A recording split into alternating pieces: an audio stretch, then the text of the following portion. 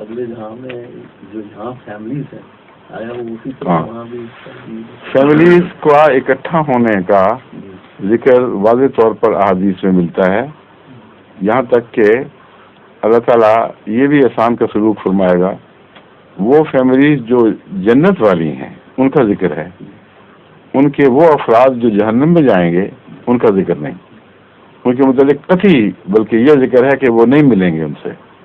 ان کے الگ الگ مراتب ہیں، الگ الگ مقامات ہیں۔ اس لیے جو جنت میں جائیں گے ان کے متعلق رسول اللہ صلی اللہ علیہ وسلم نے فرمایا کہ اللہ تعالیٰ کے نزدیک اگر فرض کریں خامند کا مرتبہ اونچا ہے اور بیوی کا کم ہے، لیکن بیوی کو ویسے بخش دیا ہے اور جنت میں داخل فرما دیا ہے، تو اس کو خامند سے ملانے کی خاطر اٹھا کر خامند سے ملا دیا جائے گا، اس کا درجہ اونچا کر دیا جائے گا۔ یا کوئی اور پیارا خاندان کا ہے،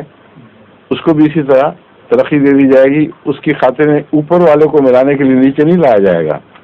بلکہ نیچے والے کو ملانے کے لیے اوپر لے جایا جائے گا۔ یہ اللہ کے حسن و احسان کا معاملہ ہے، وہ تو قطعی طور پر اشارت ملتی ہے اس میں۔ اور ظہور